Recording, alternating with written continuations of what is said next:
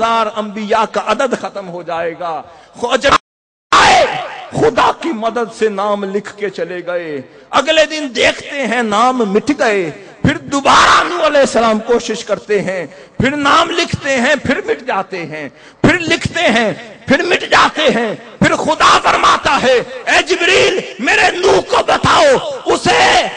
اصل سمجھ نہیں آئی, اصل بات یہ ہے اسے کہہ دو نام لکھو مگر ابتدا میرے نام سے کرو, انتہا میرے مصطفیٰ کے نام سے کرو. پھر نام لکھا, لکھتے چلے گئے, خدا کے نام سے آغاز کیا. جب 1,24,000 تک پہنچے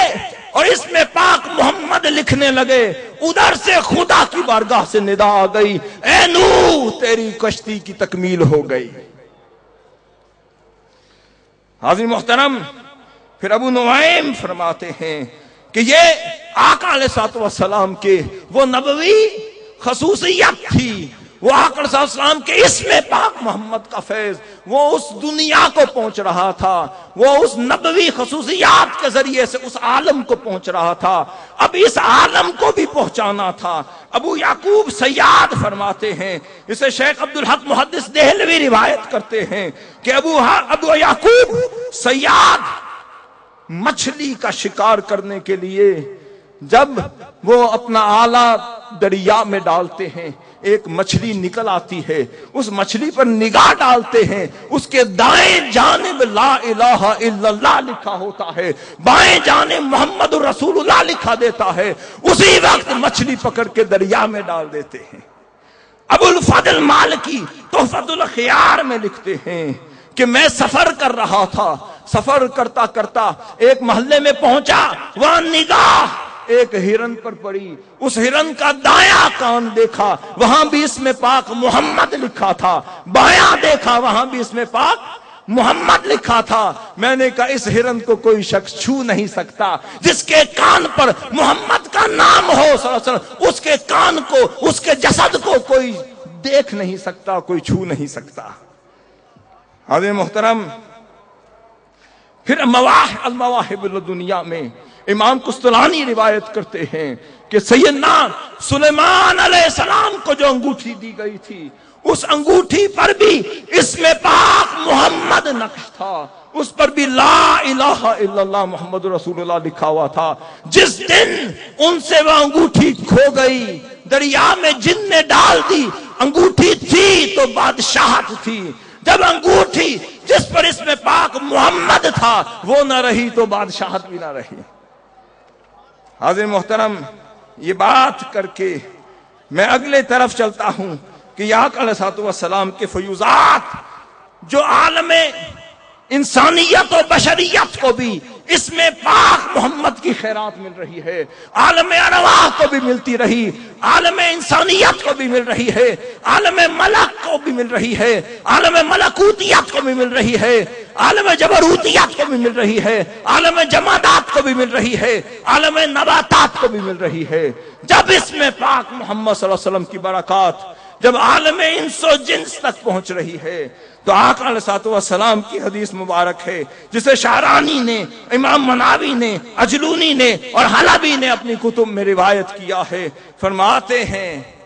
اس میں پاک محمد صلی اللہ علیہ وسلم کی برکات کیا ہیں. فرماتے ہیں اذا سمیتم محمدن, اگر اپنی اولاد میں سے کسی کا نام محمد رکھ دو, فلا تضربو, بس اس کو مارا مت کرو, ولا تکبہو, اس کو برا بھلا مت کہا کرو, واکرموہ, اس کا اکرام کیا کرو, واوسعوا لہ فی المجلس, اور جب میرا ہم نام تمہاری مجلس میں آ جائے تو میرے احترام میں اس کے لیے کھڑا ہو جایا کرو, جگہ بنا دیا کرو کہ یہ نسبت مصطفیٰ, نسبت محمدی کا فیض ہے جو مل رہا ہے.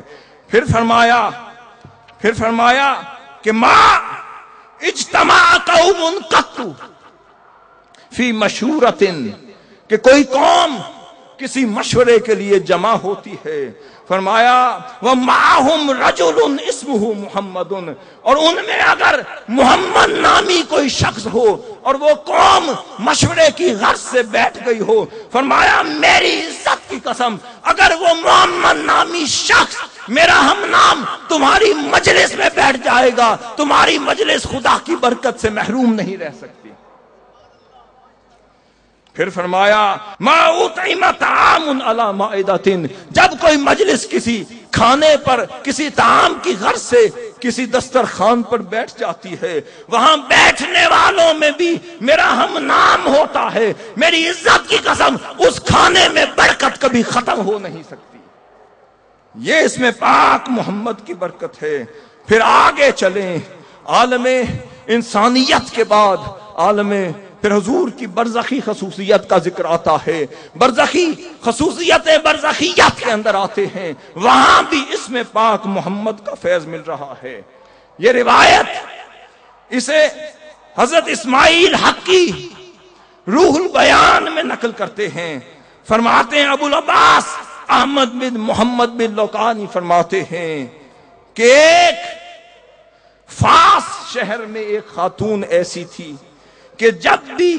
اسے کوئی چیز ناگوار گزرتی تھی، جب بھی کوئی خوف زدہ ہوتی تھی، اس کا عمل یہ تھا کہ جب کسی شے سے ڈرتی تھی